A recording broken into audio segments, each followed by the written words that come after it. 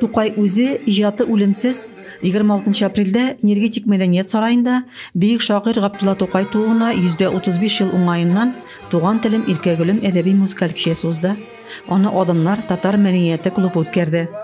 Чарада Адамнар татар мәдәнияте клубы әгъзалары Тукай шигырьләрен яттан сөйләде.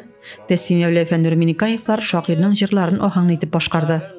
Безнең бу күргәзмә үзебезнең энергетик мәдәният сараенда эшләүче Зәңгәр Пессей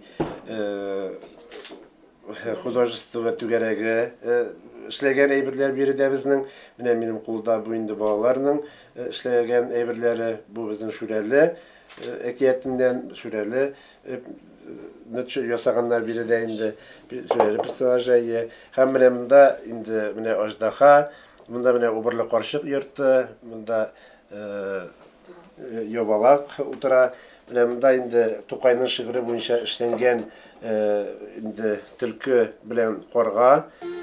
Тукай әкиятләре персонажлары, Тукай безнең күңелләрдә китап күргәзмәсе кичәгә үзенчәлек өстәде. Рәзимә Кашапова, Александр Тимофеев, Юлия Казамарова, Зәй хәбәрләре.